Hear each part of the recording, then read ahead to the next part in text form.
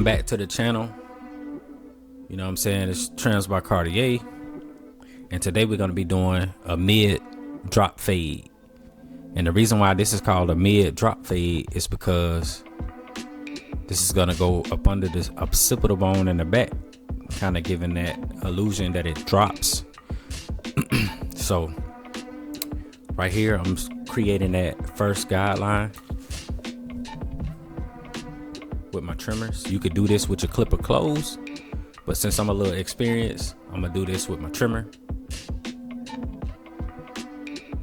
And I'm gonna start from one end or one side to the other side.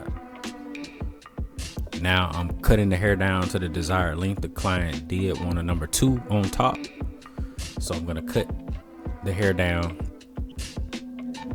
with the 2 closed. So next, I'm gonna create my second line, which is the clipper open. And I'm gonna do the same thing that I did with my bald line starting out at the bottom. Now you're gonna see a little faint line at the bottom. And what I'm gonna do to get that line out is close my lever a quarter at a time to get that bottom line out, which will cause the illusion that the hair is going from bald to bulk. In this particular area, you need to make sure that you're precise and that you're taking your time, because if you don't, this could either make or break your fade. So you have to be careful in this area. So here I have my one guard closed, and I'm creating another guideline like how I did with the lever open. I'm cutting over areas multiple times so that I can ensure that I get what I can when I do have that particular guard on. And then next, I'm gonna take my half guard with the lever halfway open, and I'm gonna start to attack that line that I created with the one guard closed. And here I'm gonna do some lever play. I may, play with the corners a little bit or whatever, but I'm trying to make sure that I get this line out the best that I can. So now I have my lever open, and I'm just gonna move up a little bit, start attacking that bolt so that I can get this fade the way that I would like to.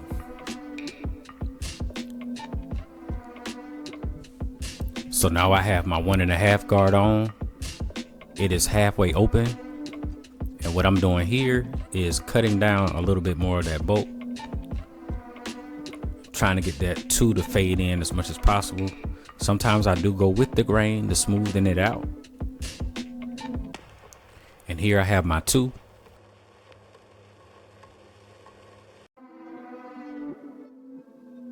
Two is making sure that I get that fade the way that I want it to.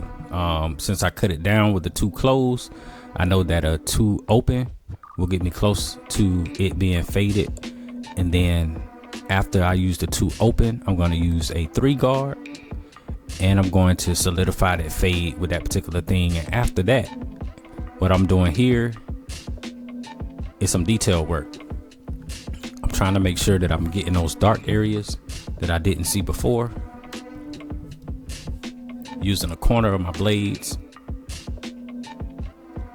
going back into the guards that I used before to make sure that I'm able to get those dark spots. Here I'm prepping for my lineup so that I won't have to grab the guard again.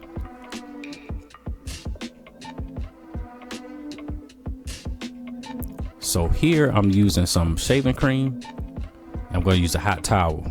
This actually helps to clean the skin, to exfoliate the skin, and to have the hair clean so that when I cut it, it will be easier for me to, cause a sharper line and to get that ash mark that most people be looking for.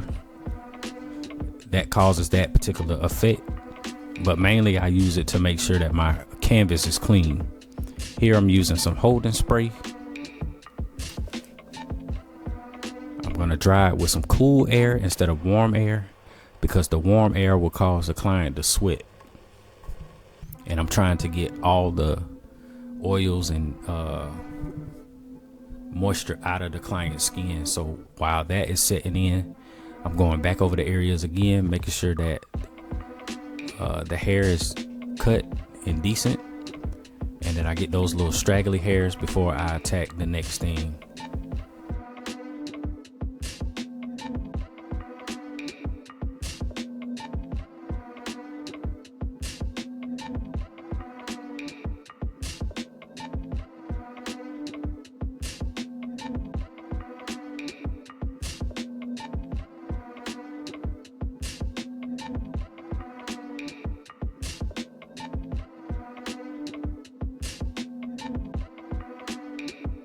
So when you prep your skin and all of that, and if you do it correctly, anytime that you touch the client's skin with the trimmers, it'll cause like this ash mark, or you'll see like this distinct line.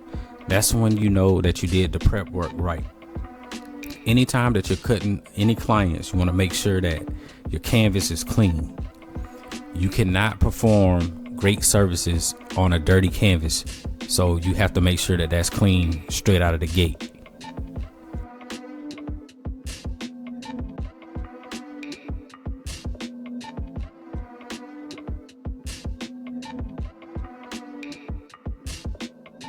The main thing you want to do when you're doing lineups is to make sure that you are symmetrical. You're trying to attempt to make the client look as if their hairline is perfect and that one side matches the other. So you need to make sure that you're as symmetrical as possible. Okay.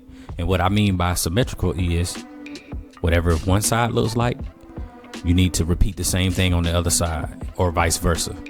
So make sure that you're taking your time. You're not rushing through this particular process, not rushing through the whole haircut as a whole, or whatever the case may be, but you need to make sure that you're taking your time so that you could, perform at your best and to give the client the result that they're looking for. So for the last little bit of this particular cut, I'm just going to add some final touches. I'm going to apply the razor to the lineup that I did. I'm going to clean up his beard, all those things, and then go behind what I did with the electrical razor. These particular services that I do provide will take your haircut to the next level if you're willing to give those services or anything like that.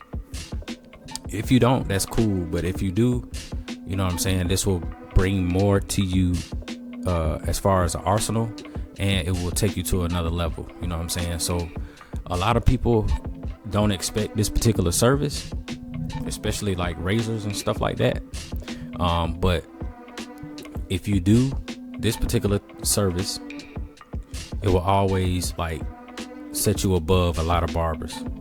But you guys need to make sure that you try to practice these particular skills and stuff like that before you try on a client. Okay, it's very dangerous to play with razors or practice with razors with a client if you don't have proper technique.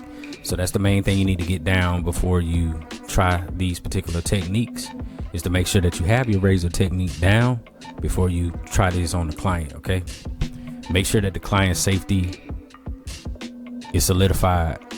You know what I'm saying? You don't want clients to be worried what's going to happen to them because you don't know what you're doing. You know what I'm saying? So make sure that you're trained and make sure that you have that wisdom and knowledge so that you can give the client the best service possible.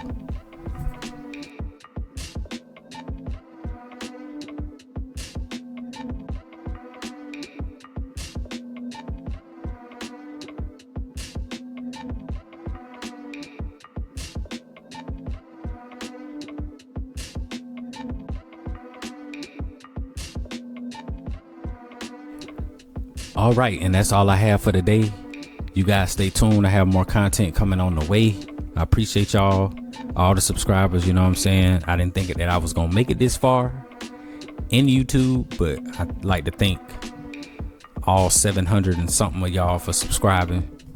I am on the road to 1,000 subscribers, And I appreciate y'all that have been tuning in. If you learned something, let me know in the comments. Let me know what y'all want to see. But until the next time, y'all take it easy and make sure y'all get into work.